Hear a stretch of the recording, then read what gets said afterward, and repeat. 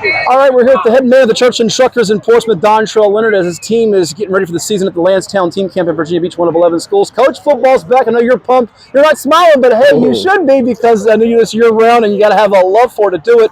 Tell me about building this program. I know the mantra at Churchland's been brick by brick. You've sent a number of guys on to the next level. We see Brandon Hillman in the Big Ten with Michigan, part of a championship run they had a couple seasons ago, and you've had a number of guys get that opportunity. And when you got there, it was not all rosy. Tell me about how you do it brick by brick. I mean, we just came in and we just turned one stone at a time. And, in the off season, myself, the coaches, with the players, we hit the all season hard. We came up with a plan. I came up with the mantra brick by brick, sitting at a stoplight, just trying to figure some things out.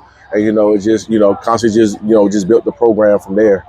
Well, I know Robert Jackson's been one of your coaching mentors on this journey thing here with you in this sport of football. You coached him at Salem. He's now the head man at Landstown. Coming back to this team camp, what's he meant to you, and what kind of advice has he given you along the way that you now also instill in younger coaches that you developed? Oh, man, everything, man. Starting out at 22 years old, coaching with Coach Jackson, it was a blessing. It was a blessing for me. He told me my second or third year coaching with him that I'm gonna be his last head coach before he resigned. And he's giving me a lot of valuable lessons, talks, how to handle myself, coaches, players, I know, too, before we move on to your team this coming season, it's also been a somber offseason for folks, the passing of Tommy Riemann, who meant a great deal to you as well in your development, correct? Yes. Yeah, he was my high school coach. Recruited me from Huntington Middle School. Gave me the layout in the 8th grade.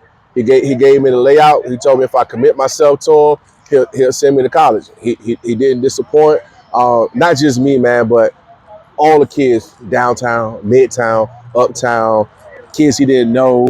Tommy, he got in his vehicle, and he drove state line to state line for the kids in the 757. When it come back to his homegrown, like myself, nobody can replace either one of my mentors, Tommy or Robert Jackson. Yeah, and you're now becoming no longer one of these newbies. You're a veteran now in this thing. Let's look at this Churchland 2025 ball club. I know you had graduated one of the top rushers around in Dontavius Booker, also some other key parts like a Kingston Hall moved on.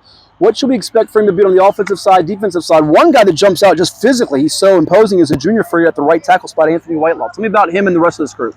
Yeah, Anthony Whitelaw, he's 6'6", 300 pounds, not a fat kid, Bigger than you, right? Yeah, again, he's got to wait till that switch flip. And, once that switch flip, then it'll be a different ball game for him. So, he's still in his baby learning stages. And speaking of youngster learning stages, but has a lot of promising days ahead of him, your quarterback, Logan Wynn, what are you seeing in his growth?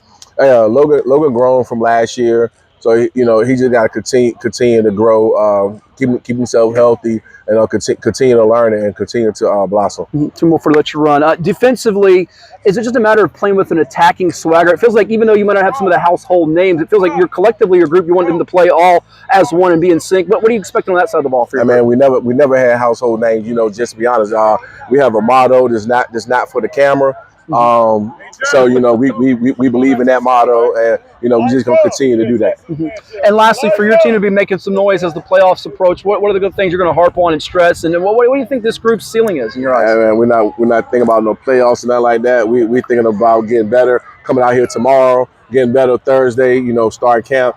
Looking forward to our first scrimmage, and then our first game. So we'll deal with playoffs when playoffs hit. That's right. It's July, and right now they're going brick by brick. Dontrell, Leonard, thank you so much. All the best. I appreciate it.